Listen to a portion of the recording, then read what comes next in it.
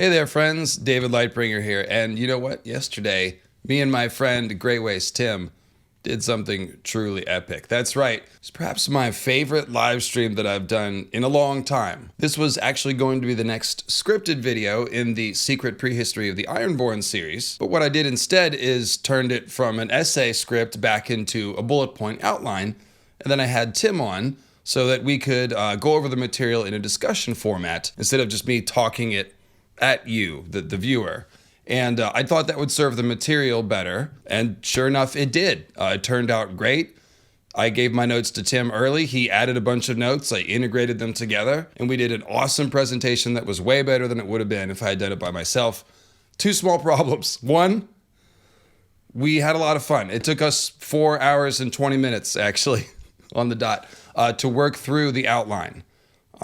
We added extra stuff and had a lot of fun. You know, not really a problem. You guys want content. We've got content. So yeah, 4-hour live stream and not random. This is all going through an outline. So very organized, hard hitting 4 hours and 20 minutes. The other issue was that it got demonetized by YouTube. Somewhere in there, we must have said something. I'm not sure what it was. I'm sure it was my fault, you know, but it did get demonetized. So what I figured I'd do was pull it down, chop it into 4 parts because, again, it is all on an outline, so there's 4 neat sections that it divides into. And it's Ironborn week. It's kind of like Shark Week, but it's Ironborn. Euron has a shark tooth crown, which we did talk about somewhere in there. So this is what I've got for you. I've got 4 Ironborn videos. They're all going to come out this week, and this, apologies if you were looking for the live stream and it wasn't there, but that's what happened. So this first video will be about the Great Empire of the Dawn connections to the Iron Islands, which is a pretty cool topic, I think. And Tim brought some brand new stuff that I had never heard before. So get ready for some yetish history and some Great Empire of the Dawn history. It's going to be fun. Then the second video will be about the Ironborn custom of rock kings and salt kings, and how that's actually a remnant of the first unified Ironborn empire of the Grey King, who probably comes from the Great Empire of the Dawn. Then the third video will concern the Driftwood King tradition and history, and Tim and I there will sort out the entire actual timeline, the secret prehistory. Like, this is the timeline, the Timline heresies of the Ironborn. So that's the third video. And then the fourth video will attempt to, well, it will successfully peel apart the 2 layers of Ironborn ancestor culture, the ancient mariners from across the sea and the local first men. We will isolate the various Ironborn houses, which are descendants of those 2 cultures. And we're generally just going to make all of it make a ton of sense in a way that will definitely make your brain do the emoji, the brain blowing up emoji thing. So thanks very much for clicking on the video. I did also edit these down a little bit to make them move faster, took out a couple random things, and I added just a couple of images and maps, not as much as usual, you know, because we've got the outline up on the screen, and I feel like that helps people follow along with the information, but I did add some images and edited a bit, so cheers, it's Ironborn week, enjoy, and like I said, I'll see you all week with new videos. At least new for those of you who didn't catch the stream, and for those of you who did catch the stream, you caught a couple things that got edited out, so congratulations, and thank you very much for supporting the live streams on Sunday, which I very much appreciate.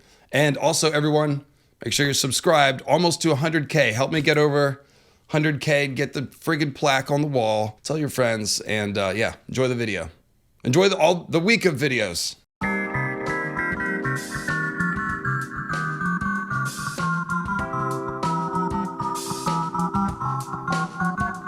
We've been talking about the Ironborn culture as a result of the combination of ancient mariners from across the sea and first men that are native to Westeros, or as native as humans can be to Westeros. The children of the forest are more native, but whatever. A combination of first men and mariners. Now, it's one thing to say that the Ironborn, Tim, appear to be the product of this cultural merger, but it is another thing to be able to go into Ironborn culture and actually peel apart those layers and say, here are the elements that come from the first men, here are the elements that come from the mariners, and we can actually kind of get to know the first men who were living in this area before the mariners came. So that's what we're going to talk about today.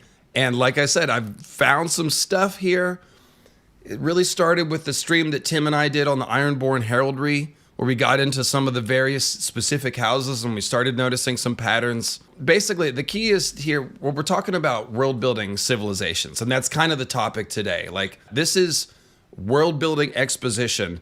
The Ironborn are essentially the most detailed world built civilization, I think, that is in Ice and Fire. And the key here is that civilizations, Tim, rarely develop in isolation.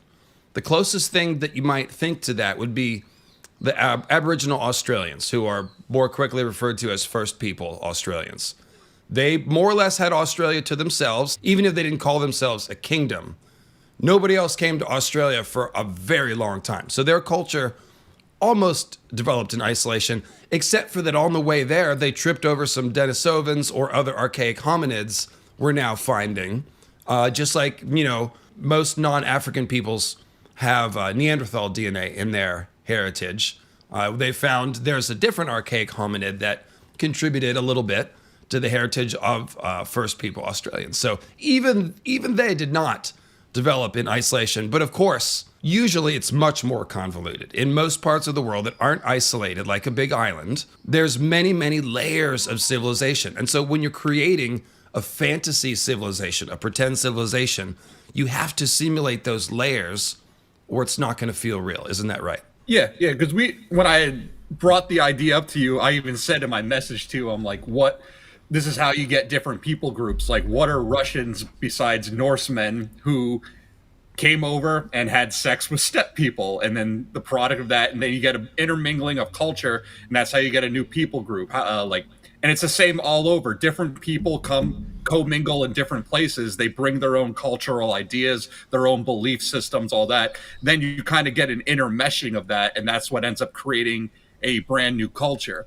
And that is why the Ironborn seem like, when they say that the Ironborn are first men, but then the Ironborn themselves reject that, yet they have many similarities to first men, but then they also have a whole lot of similarities to the East. Then these ancient mariners, then the idea becomes, well, maybe it's both, because if ancient mariners come over, but there's already first men on these islands, and if we're going with the idea that these islands were originally part of the Greenlands, but that the Iron Islands are break off, like the way the Stepstones are, the remnants of a shattered arm, so to speak, then it would make sense that ancient mariners come to these islands, find an already native population there, and then they intermingle, intermarry, and then the product of that creates its own culture. And it'll take different ideas of first men culture, splice it with culture from wherever these ancient mariners came, which is probably the Far East, and that's how we get this whole Ironborn thing, which has a lot of Viking stuff to it, but also can seem like a lot of it's coming straight out of Leng, which is a way of saying straight out of Lovecraft, because George took Leng from Lovecraft and then made it his own thing. So this is it. This is just what we're going to get into. Tim, I was focusing more on the Westeros side of things, going, okay, this is that layer, this is that layer. And especially I've got a whole bit about the first men culture in this area. And then Tim came at me with, of course, the dispatch from the Grey Waste. He's got yetish and all this other Great Empire of the Dawn correlation. So we're definitely going to do some Ironborn Great Empire of the Dawn today. And so let's scroll down here. This is one of the reasons why we need the Great Empire of the Dawn in Westeros. The Ancient Mariners. It would be a little unrealistic if the first men had this whole continent to themselves that isn't isolated in the way that Australia is, and no one else ever came there. It is a little bit isolated because once the Arm of Dorne is broken, but as we can see, sailing across the narrow sea is easy. People do it all the time. It's pretty casual, So Westeros shouldn't be totally isolated. And so we have, the High Towers and the Danes and the Ironborn and Lan the Clever, and a few other little things that sound like little exceptions, right? Little pockets of something different. And then we've also got, and I'm just going to jump ahead a little bit, there's also like a bunch of regional cultures in Westeros that may or may not be first men or something different, or just, first men branching off and having different cultures. But as we know, there are weird humanoids like the Cranogmen, who interbred with children and maybe squishers. We've got the Umbers, who could have the blood of giants in their veins. We've got the Reach has the Garth the Green Man culture. The Riverlanders have their own culture with the Fisher Kings and Tully and House Mud. Cracklaw Point, I mean, that's culture, Tim, right there. And then even in the north, which is different from the rest, like the Barrowlands have their own culture that's a little different. That's very specific practice to that region. The Starks have their wolf warg culture. The Boltons have their own skin magic culture. And then Bear Island has kind of their own thing. In the Vale of Arryn, the Royces have runic armor, and they've got the legend of the Winged Knight. There's houses that have moved around, and you can see their culture change as they do that, like the Blackwoods potentially come from the north to the Riverlands.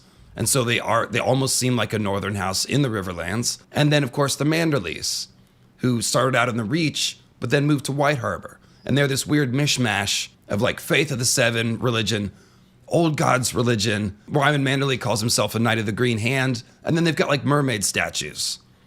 So you can see that George is thinking about these cultural layers and the idea that in Westeros, it's a big continent. And there are different little cultural pockets around. And so what we're kind of talking about today are, the first men that were in the Iron Islands region before the Mariners came, and then how that evolved. So Tim, you grabbed a couple of quotes from the World of Ice and Fire here, and would you read those for us? Sure. So the very first line in the Ironborn section of the World of Ice and Fire is, "Were the first men truly first?" So it's like at the very beginning, George is already giving us the setup where even the Maesters are questioning this. And we've talked many a times like that the idea of the first men is so vague. Like Andals, Rhoynar, we can trace them back to an origin point. Andals from Andalos and the Axe, Rhoynar from the River Rhoyne and the area around it. But the first men, it's so vague. And even the Maesters say, well, they probably originated in what is now the grasslands that now make up the Dothraki Sea. But if you look at the Dothraki Sea, that's like everything between Qohor and Karth. Like the Dothraki Sea is a huge area. So that's why when we get into the idea of first men, like it's really reductive to reduce the first men, if they're coming from an area that huge, to try and think that they all have the same culture. And I think that's why when we get to Westeros, even though a lot of houses are claiming first man descent, there's still a lot of different cultural cultural aspects to them, because you have people in the Riverlands, people in the north, houses in the Vale that can still trace back to the first men, yet they still also have their own distinct thing going on. Like House Arryn, well, House Arryn's an Andal, but like House Royce is first men, but they're not exactly like the Starks or the Boltons or the Umbers, who also claim first man ancestry. There's difference, and that comes from living in different areas, but it also could mean that they probably also originated in a different area. And the first men coming over more than likely means they came over in waves. Like it's not just one massive group of the same. That's how the Americas were populated. Like the original indigenous tribes that crossed over the land bridge, but then they go their own way, and then that's why we have different tribes of natives and indigenous people with their own languages. It's the same concept here. Yeah, and I had that in the notes. There's multiple waves of Arctic hunter-gatherers that peopled the Americas. Some of them came across the land bridge. We're finding out now that before that, a couple thousand years, the first people that came across were following the coastline, all the way down to Oregon, where they found the first unfrozen river mouth. And then we find the first settlements in the Americas right along that river. It's in Washington, Oregon. I wish I remember the name of the river. I'm so sorry that I do not, but it's off topic anyway. So the first men, it probably wasn't like, the biblical story of Moses leading a whole people all at once in a herd, crossing the land bridge, all have the same religion, following one dude, Garth the Green. Like that's the mythical telling of this. We should think about exactly waves of migration. Oh, I remember what I was going to say. We have to talk about this strange obsession of the Maesters about dressing the Ironborn up in silks. It sounds very erotic, but go ahead. So, set apart from Westeros proper by the gray-green waters of the sea, the islands remain a realm unto themselves. The sea is always moving, always changing, the Ironborn like to say, and yet it remains eternal, boundless, never the same, and always the same. So it is with the Ironborn themselves, the people of the sea. And then these are all quotes from Archmaester Herrig. And then, you may dress an Iron Man in silks and velvets, teach him to read and write, and give him books, instruct him in chivalry and courtesy and the mysteries of the faith. But when you look into his eyes, the sea will still be there, cold and gray and cruel. You see what I mean? It's very intimate. There's staring deep into the eyes of the Ironborn and dressing them in silks. It sounds like a date. I don't know. I'm just saying. But Archmaester Herrig, of course, Tim, is an Ironborn who became a Maester. So he really is a fascinating source of information. One of the best resources. And of course, he's the one who did Strange Stone. And that was Theron. Yeah, you guys, people talk about like, what's the pretend book in the A Song of Ice and Fire universe that we'd most like to read? Fire and Blood, The Death of Dragons or whatever. Give me Strange Stone, right, Tim? That and the Jade Compendium. Those are the ones that I want to read. Jade Compendium, yes. Strange Stone, though. And they talk about the disturbing drawings. I'm like, what are we talking about here? All right, so I think we've made our point. Now let's summarize all the previous Ironborn works by Dave and Tim. No, I'm not going to do that. That's a joke. Let me go ahead and collapse the outline. Just a couple of pieces of information that we need to review that we're talking about. Like we said, 2 cultures here, setting aside the squisher contact stuff, which we'll mention as an aside, but we're not doing squishers today mostly. We're working with these ancient mariners from across the sea in the First Men. The Grey King mythology seems to refer to this era, this time when the mariners were new and the islands were experiencing mega disasters, right? Because the Grey King mythology has a lot of disasters. Let's not get into what kind, but probably Long Night related. There's floods and there's sea dragons and, all that stuff. That seems to be the Grey King era. And we know this is very remote, Tim, because the official history of the Ironborn begins with the Driftwood King era, with these separate kings, each island having its own salt and rock king. And then we eventually hear about this Galen Whitestaff and the King's Moot and all that stuff. So whatever the Grey King era was, this time when the mariners first got there and merged with the First Men, it's lost to history.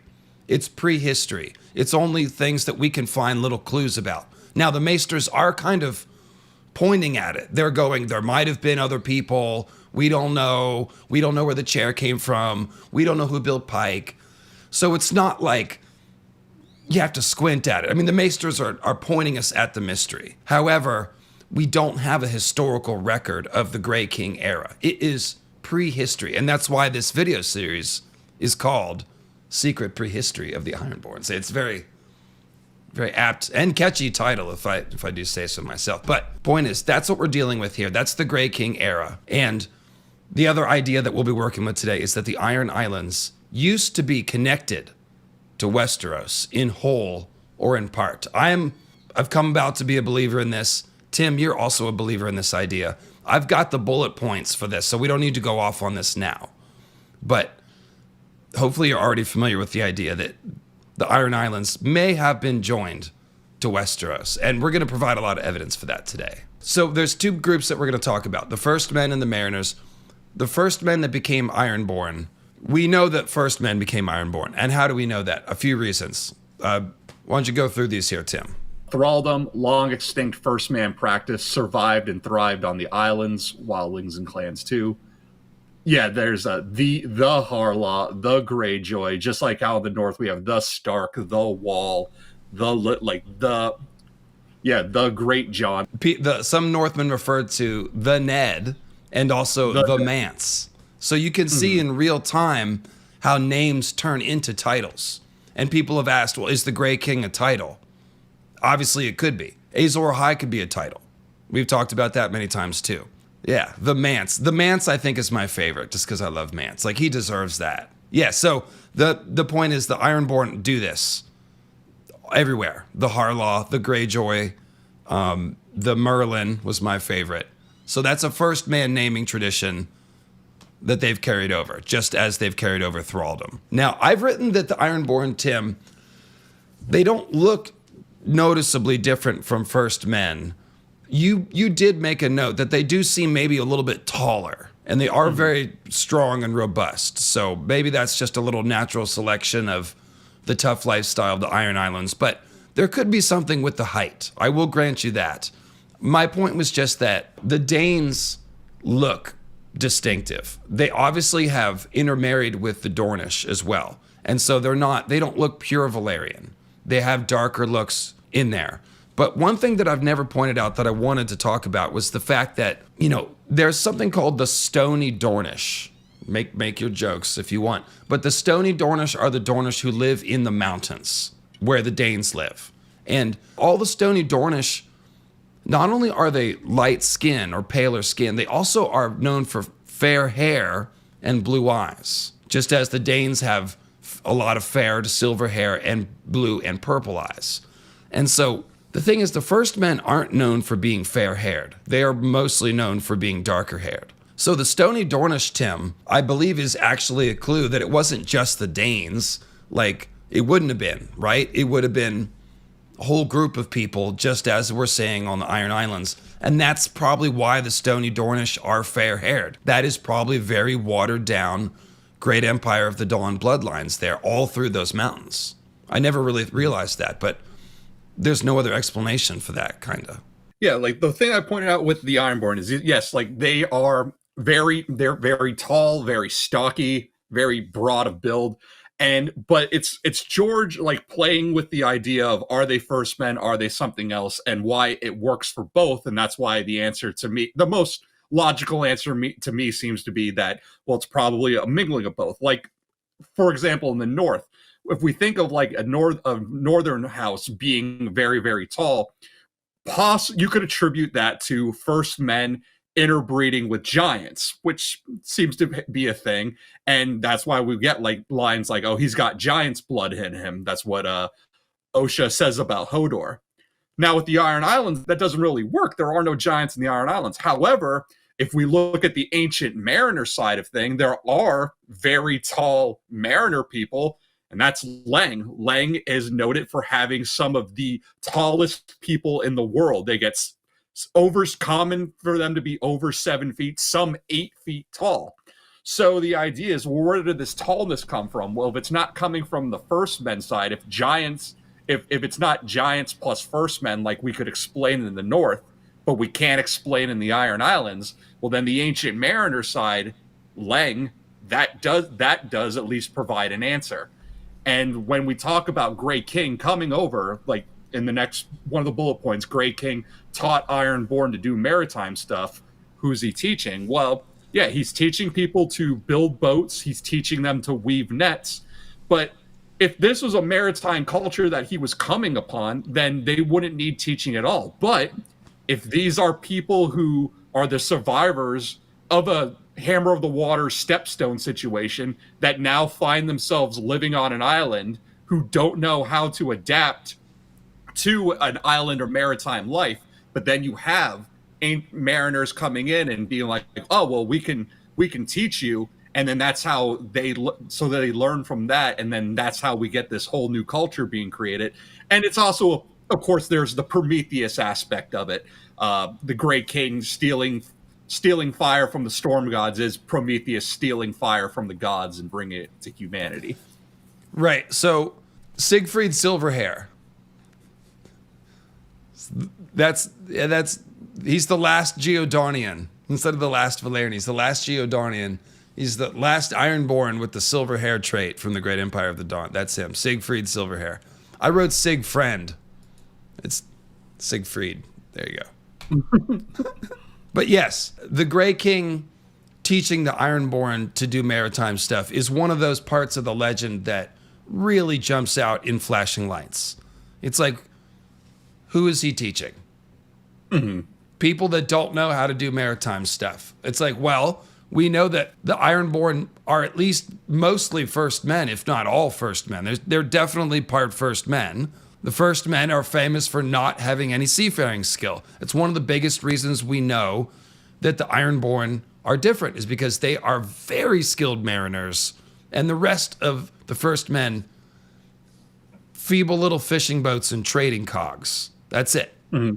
Cogs are like river craft, or not ocean craft. So we're looking for a source of maritime skill, and the Ironborn have legends that refer to them. Not just this Grey King legend of this one person who taught them how to fish and weave nets and make boats, but also just general songs, sailor songs and legends that the Maesters refer to that also talk about a land across the Sunset Sea. Sauron's Salt Tongue and other drowned priests speak of that. And it's because some of their ancestors do. There's too many legends to discount. Yeah. But when you ask that question, like, well, why would people living on islands need to be taught maritime things? If they live on an island, shouldn't they know that already?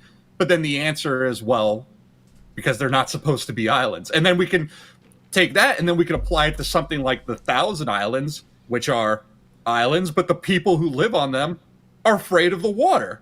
Well, how can you live on an island and be afraid of water? Well, the answer is because these aren't supposed to be islands. Something broke. Like the Thousand Islanders are like, we're supposed to be part of the mainland, but something happened. Some kind of hammer of the water stepstone situation. And that is why, again, like why it makes sense for the Iron Islands to have experienced the same thing.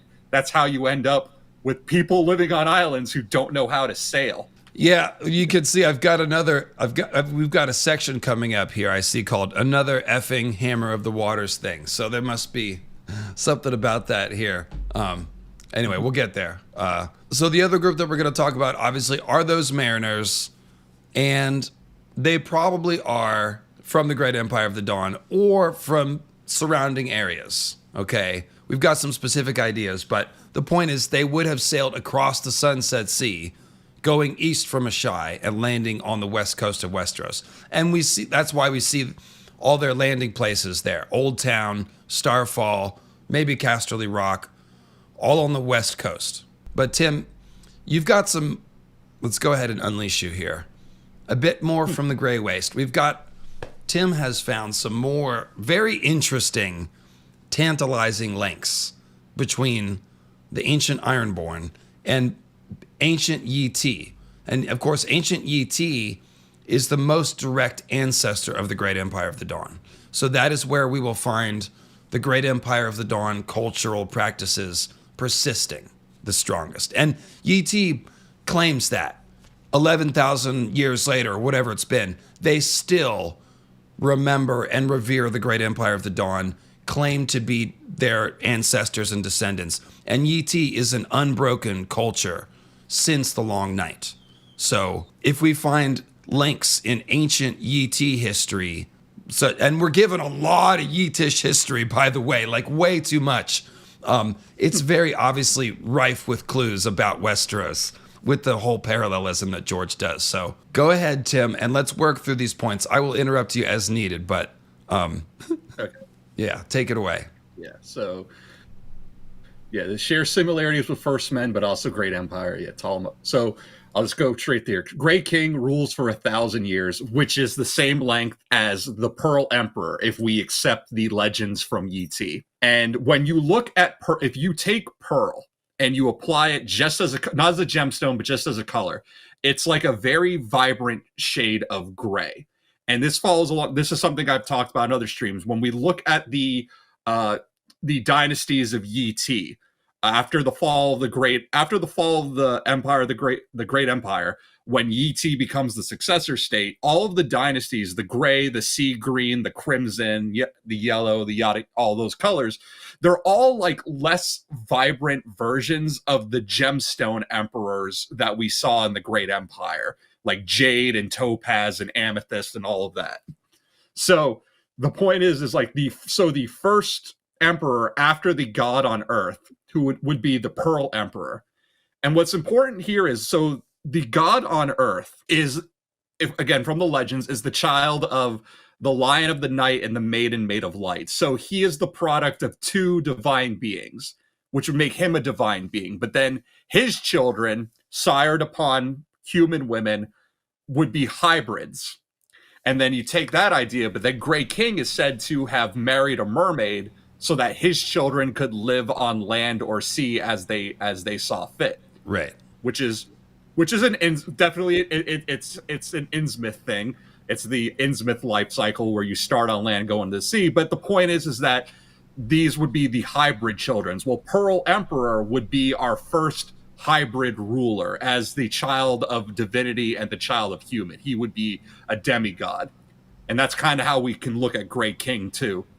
But they rule for 1,000 years. But so Pearl Emperor is the more shining version of the color gray. They both rule for 1,000 years. And I love that discovery. People in the chat are pointing out the Grey King with gray hair. Well, it could have started out with silver hair, like Siegfried Silverhair. It could be just a clue to make us think about that. Yeah, so the Grey King, that could just, the Silver King. You can see where that name started. And the name literally is just a physical description of him. And then, of course, he was said to sit on carved thrones of mother of pearl, whereas the God Emperor and his son, the Pearl Emperor, are known for being carried around in their pearl palanquin. And a palanquin is a throne. It's a throne that you carry. I joked that it's more throne-like than a throne because you have to carry it. So it's even more like, you are beneath me, I am exalted, which is the point of a throne. So pearl thrones, gray eyes, 1,000-year reigns, like, it's pretty good stuff here. Go ahead. And then even the God on earth, it says after he rules for 10,000 years and then he ascends to the stars to be back with his forebears. So the pearl palanquin is like an ancient way of saying and describing a UFO. Okay. I used the SpongeBob pearl palanquin art. That was the closest thing I found for somebody riding in a pearl palanquin was that SpongeBob. But somebody's pointing out that Siegfried, of course, is a dragon slayer from Norse myth. So Grey King slays the sea dragon. So Siegfried Silverhair probably is intended as a parallel figure to Grey King in the way that George uses minor characters and parallelism to give us clues about major characters. So Siegfried, a silver-haired dragon slayer. Grey King, a gray-haired dragon slayer. That's pretty good. Who said that? Let me give you a cookie. Forever the sickest gamer. Nice job. No Sage, why are they called the Ironborn? Aren't the Andals supposed to be the ones who brought ironworking? Yeah, so this is one of those things that's overemphasized. Too much is made of this. When we look at the real world, the development of steel and iron is slow. So first there is very crude iron that you can use for things like horseshoes and nails, but not good weapons. That's called crude iron. The swords that the Starks laid in the crypts were probably crude iron swords, and thus ceremonial items, not necessarily weapons. They could have been crude iron weapons, but the point is, bronze ruled the world for a long time. Bronze weapons were the thing. Iron weapons did not replace bronze weapons all of a sudden. Iron weapons had to progress to the point where they were better. And then over time, they cycled in, and the more wealthier people had those weapons. Bronze persisted for a long time. And really, it wasn't until we got to crucible steel, which is very highly refined iron. So really what the Andals brought to Westeros is crucible steel. In Westeros, there is some primitive ironworking, both with, again, the iron swords in the Winterfell crypts and on the Iron Islands, where they do mine iron ore and are named after iron. So no, the Iron Islands have always had iron. And there's the ancient legend of the Ironborn attacking the first men with foul black weapons that drank the souls of those that they slew. Now, maybe those are meteor weapons like I've talked about, but the most likely explanation is that those were the first iron weapons and nobody had ever seen these black swords. And they might have been better than some of the bronze weapons that the first men had, and thus they would take on a mystique and a legend, and they'd be associated with these reavers who were so terrifying. So Yeah, that's actually one I wanted to ask you about, because the whole soul drinking thing made me think, is that an Elric, a Melnibone thing too? yeah, I have to think so. And Lightbringer drank Nissa Nissa's soul and life and stuff too. So it's clearly something that George is working with. The Valyrian steel's made with blood magic. One assumes it's absorbed some of the life essence from the sacrifice, right? So yeah, I think he's working with that Elric. And it's not just Elric too. I mean, he was the first, but other authors have used that as well. The black weapon that absorbs souls. Anomander Rake from what's the giant frickin' fantasy series by Erickson. You guys that are Erickson fans will know the name of it, but and then Pearl Throne equals Pearl Throne, like a throne, like a moon meat. Oh, that's funny. The Pearl Throne is a symbol of a moon. Obviously, it's a pearl, and it's round, like the pearl and the moon. It's the most obvious moon symbol that it's ubiquitous throughout human culture. So a pearl throne, that would be a moon meteor. You're totally right. I'm dying. And they are called Ironborn because iron is mined on the Iron Islands. That is why. So, Pearl Throne. Okay, so carry on. Yes. So our first gemstone emperor, again, is the Pearl Emperor. So that's our fancy gray. And then after the Great Empire falls, Yeti becomes the successor state. Well, the very first dynasty of Yeti are the Gray Emperors. So the less vibrant pearl, but still, it's the fact that the first gemstone is the gray colored gemstone, and then the first color dynasty of Yeti also happens to be gray. And then when we look at the Gray Emperors, they have the name Har. Har is the suffix, and all of the names of Gray Emperors will start with Har. You think in like the way Asian names are said, like Japanese names, normally the family name comes first, then the first name. Anyone who's watched a subbed anime knows what I'm talking about. So we get the name, so the family name is Har. But when you take that and you apply it to Ironborn, and you see how many names among the Ironborn have this Har suffix, there's tons of them. Harlaw, Harwin, Harlan, Heron, Harris, Harmit. There's like all these guys with different version of the name Harry. It all has this Har suffix. And then the first of the Gray Emperors is a guy named Harloy. He spends his throne is a saddle, for he spent his entire reign at war.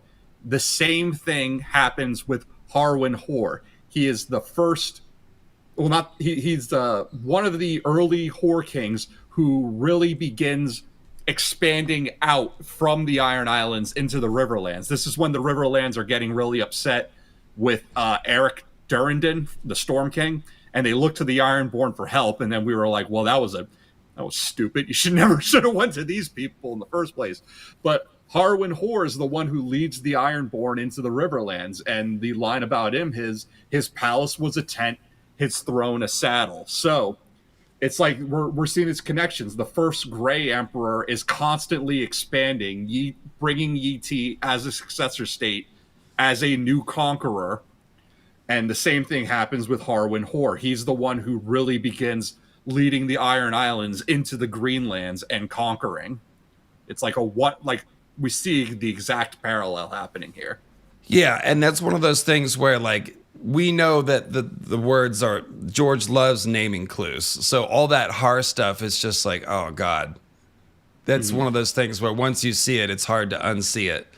And that's how the entire correlation between the Ironborn and the Great Empire of the Dawn is. Like, it's not as obvious as the Danes, who look Valyrian and have a sword named Dawn, and say that they came from somewhere else. It's like, it's not hard to link them to the Great Empire of the Dawn. But once you start in on this thread with Ironborn and the Great Empire of the Dawn, and you're looking for it, then it's like, well, here it is to be found. Clearly. So, Mercy Waters says, pirates start every sentence with har. And I love, shout out to Roy Dotrice's Davos, who's like very piratey. Dotrice loves the pirate Davos voice. Go ahead. Right.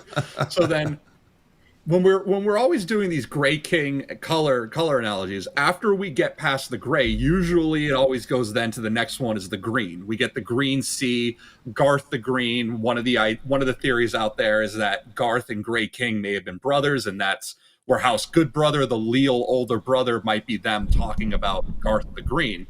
Well, back in ET, another dynasty arises. These are the Sea Green Emperors. So they'd be like the less vibrant version of the Jade, but their surname is Jar. So we only get this one letter difference from Har, but then there's one of the emperors is named Jar Har, and he is the emperor, god emperor to conquer Leng. And it's with Jar Har. Har leads his people to Leng, brings Leng into the fold under the Golden Empire of Yi.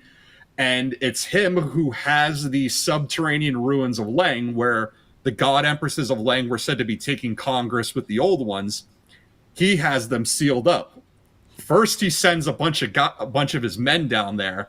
They all come. The ones that come back are like driven to madness. So that's when he just orders, okay, fine, we're just going to steal them up. But again, it's the fact that the Har, the one who has the Ironborn name, is the one to seal off this very Lovecraftian thing. It's such a great connection, and it's another thing that what with Lovecraft does is that sometimes you have some Lovecraft characters who open the scary thing and unleash it, but then you also have other Lovecraft characters trying to fix the problem who then seal it away. Opening the jar, is that what you're talking about? And then Jar Har has to seal it. He has to seal it back up. I'm sitting here biting off open laughter because I'm looking at the Ironborn names and going, Jarrus Jarlaw, Jarman Jarlaw. Anyway, Pandora's jar. They open Pandora's jar. That's like the exact way of saying it. Jack Bond with a great super chat. Have we talked about how the God Emperor went back to his space family? He ascended back to the stars. And the Grey King went back to his sea family at the end of his. That's a very good parallel. But no, we hadn't. So thank you. It's specifically Jesus language. The God on earth, the only begotten son of the God Emperor and Lion of Night, and then ascended to the stars to join his forebears. Yeah, that's very obviously Jesus stuff. And then the Grey King just has the watery version. The Grey King is also very Jesus-like. And yeah, it walks into the sea to sit at the right hand of the drowned God, which is specifically biblical language about Jesus sitting at the right hand of the Father. So you're totally dead on, Gian J. Joy. You're dead on to point out the idea of this being a parallel between the God Emperor and the Grey King. So nice. Well done. Well done. Go ahead, Tim. I was also going to say it's also Cthulhu language, because Cthulhu and the Great Old Ones, they all come from the stars. But then after they arrive on Earth, when they're sealed away, Cthulhu specifically is sealed away under the sea. So both of those things apply. Grey King going into the water and God on Earth ascending back to the stars. And I actually have the line so I kept this, we're keeping this separate, but I did drag out some lines specifically from Call of Cthulhu, but to throw them in the notes would have been too long, but I figured I'd keep them just in case they became relevant. But no, go ahead. I'm actually going to go grab Clea real quick. So go ahead with that. Okay. So this is a line from Call of Cthulhu. They worshipped, so they said, the Great Old Ones, who lived ages before there were any men, who came to the young world out of the sky.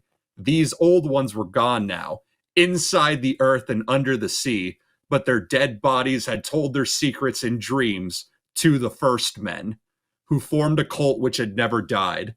This was that cult, and the prisoners said it had always existed and always would exist, hidden in distant wastes and dark places all over the world, until the time when the great priest Cthulhu, from his dark house in the mighty sea of Ryla under the waters, should rise and bring the earth again beneath his sway. Someday he would call, when the stars were ready, and the secret cult would always be waiting to liberate him. So we apply that, like the first men, the title first men is right there. They told their secrets in dreams to the first men. This is like green dreams. Those who are sensitive, Cthulhu and others like him, can communicate to people through their dreams. Dream manipulation and dream infiltration is their most common ways of communicating with people. And we see this in A Song of Ice and Fire, and not just in Green Sight, but also through R'hllor's magic, when Melisandre is interpreting the flames, and then also through shadow binding magic, because Quaithe basically invades Dany's dreams. When Dany sees Quaithe and her mask is made of starlight, that is a dream infiltration where Quaithe probably using a glass candle to do it, but the concept is the same, of entering someone's dream to get your message across. And then you bring into that the idea of this is sealed in a secret city, and then there's a cult who's waiting for the arrival when the stars are right. The stars are right. It sounds a lot like red. It's the red comet talk. Waiting for the red comet to come, because we get so many, especially like Euron drops that line when the red comet comes back. So that is a Chekhov's gun that George has set up. Me and you seem to be able to believe that the comet's probably going to do something like hit the wall, but it's definitely that's speculation, but it's definitely going to do something. Somehow the red comet needs to come back and do something. So, just going back to that quote, the first time that you showed me that quote, Tim, it raised the hair on the back of my neck or wherever. Like, I hope that had that effect on you guys in the chat. That bit about the first men. Read that first line again. Those old ones were gone now, inside the earth and under the sea, but their dead bodies had told their secrets in dreams to the first men, who formed a cult which had never died. And remember, the very first descriptions of the old gods, Ned's gods were the old ones. The gods, the vanished gods of the children of the forest. I've got a whole thing. Watch the Secret Origins of Green Men series. The first one is called the Isle of Lang. George is creating a huge parallel between these old gods, the green seers in the Weirwoods, and they are his version of the old ones. They are vanished, sleeping gods that talk to men in dreams and psychic connections.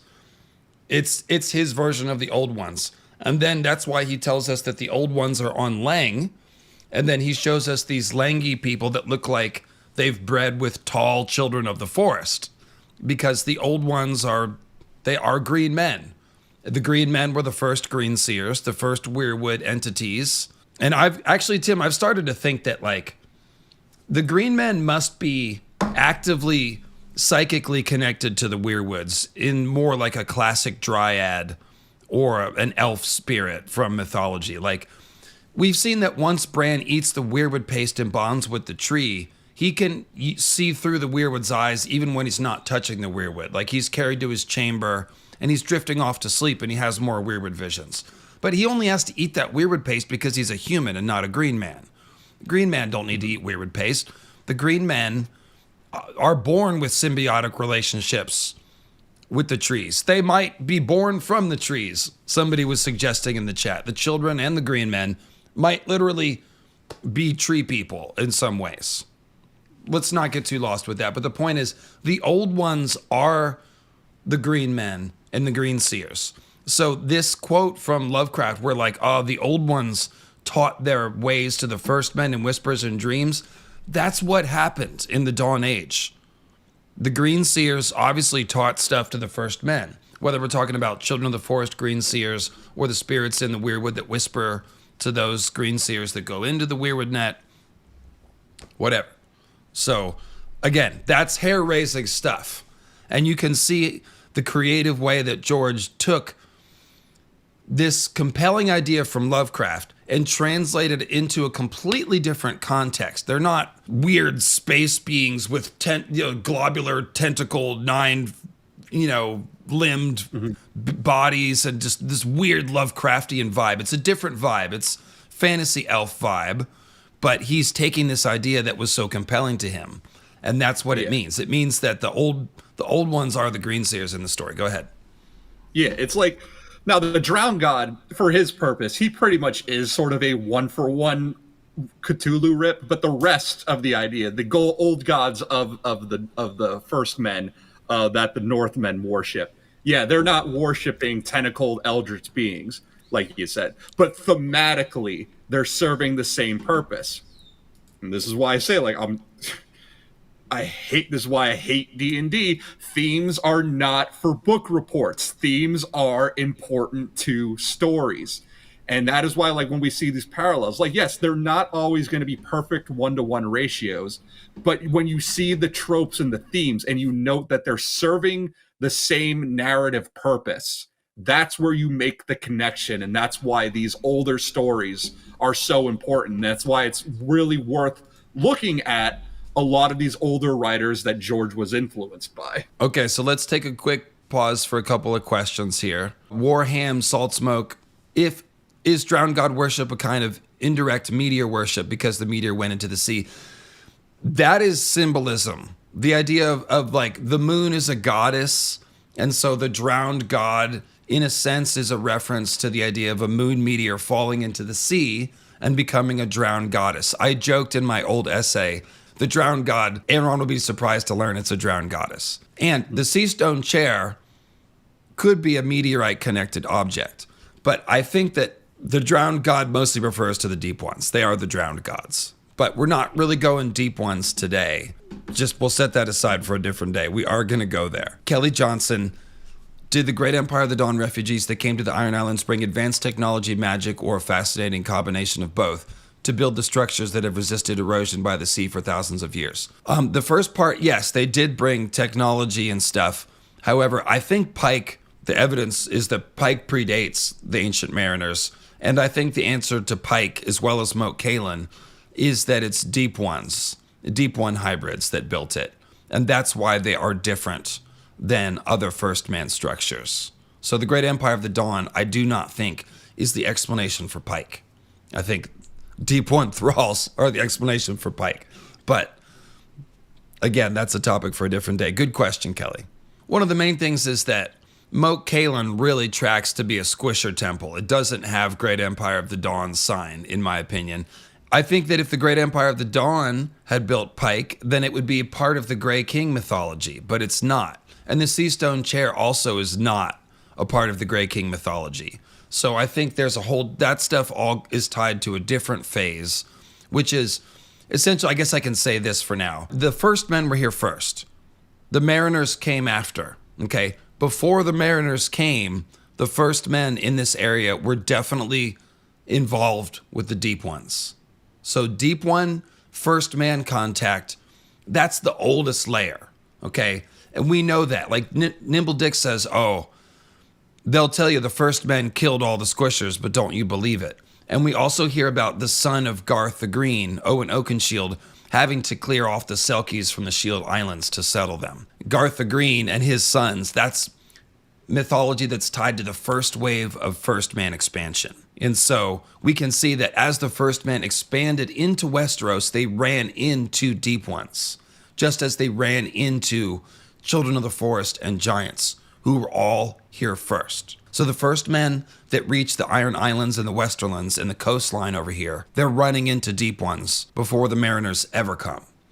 And so to answer your question, that's another reason why I don't think they built Pike. Like the deep ones, as Tim has informed me, the deep ones are associated with building stone monuments, idols, cities underwater, cities just offshore.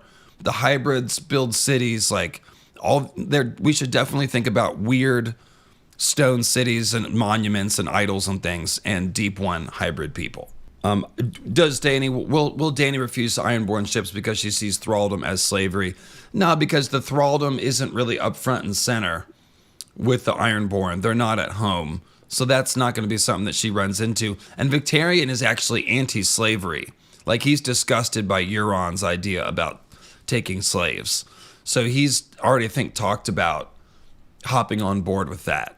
So I think that Victarion is going to present a pretty good face, and Barristan's going to be like, yeah, those Ironborn are good. They're formidable. You know, they're bloody pirates, but they're formidable. So I think Danny will take him as an uneasy ally at first, but there's a lot of ways that could go. I can't get too lost there. Did the Great Empire of the Dawn settlers have an extended lifespan like Garth Greenhand is said to have had? I think that would only be the magicians or green seers that do. But yes, the Great Empire of the Dawn, like we mentioned, 1,000-year lifespans. Grey King, 1,000 years and 7. Garth Greenhand, who knows? But he had many, fathered all the houses in the Reach. During God's Grief, many children. Land the Clever, 312 years that he lived. So yeah, these probably, some of this stuff refers to dynasties that exist for a long time. But within those dynasties, there probably are green seer magicians extending their lifespan, at least in some sense. Telepathically, if not physically. And there's strong parallels between Grey King and Bloodraven, which we've talked about. But that's green seer stuff, so let's not get lost there. Now, one of the best things you found, Tim, is this Rock King, Salt King thing and how it mirrors the Lengi God Empress practice of taking 2 husbands, right? Mm-hmm. Yep. Yeah, because the idea with the Rock King and the Salt King originally is that the Rock King would rule from inland. He'd be the one to make laws, dispense justice, and all that. And the Salt King was the one who would rule from sea. He'd be the one making all the decisions where we're going to sail out to. And anytime like a problem arose while they're out at sea, then the Salt King's the one making the decision. But then this kind of works with the Lengi as a way of trying to keep the peace after Leng regains its independence from Yeti, but there's already so many Yeti-ish people living on the island. The God Empress, as a way of keeping the peace, takes 2 husbands, one of Yeti descent and one of pure Lengi descent. And so you have 2 king consorts there. One of them, the first consort, commands the armies, while the second commands the fleets. So it's like one's in charge of the army, one's in charge of the navy. The idea is that one's ruling from the land and one's ruling from the sea, the same way a Salt King and a Rock King of old would. And that's really a great parallel, Tim, and a perfect segue into the next section that I have about the Salt and the Rock Kings. Because not only do we see that idea, and we also see Ironborn taking 2 wives, Salt and Rock wives. Okay, it's a little sort of inverse of that. The Salt and Rock Kings, Tim, I believe, just like the Lengi setup, is the result of a power-sharing agreement between 2 cultures that ended up merging on the same island, or sets of islands. So, again, the reason why the God Empress takes 2 husbands is because there are 2 different people that she governs. And so taking those 2 husbands is a good way to bring about cultural unity. It's just like the practice in Westeros of fostering the kids with each other and intermarrying between the royal houses. Same idea. So Rock Kings and Salt Kings.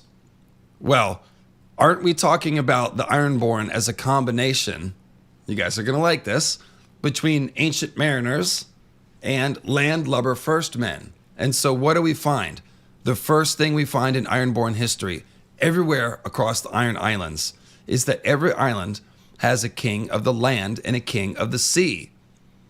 So where did this custom come from? Perhaps it dates back to the time when we had mariners and land-based first men blending their culture. And we would have needed a power-sharing agreement that honored both land and sea power.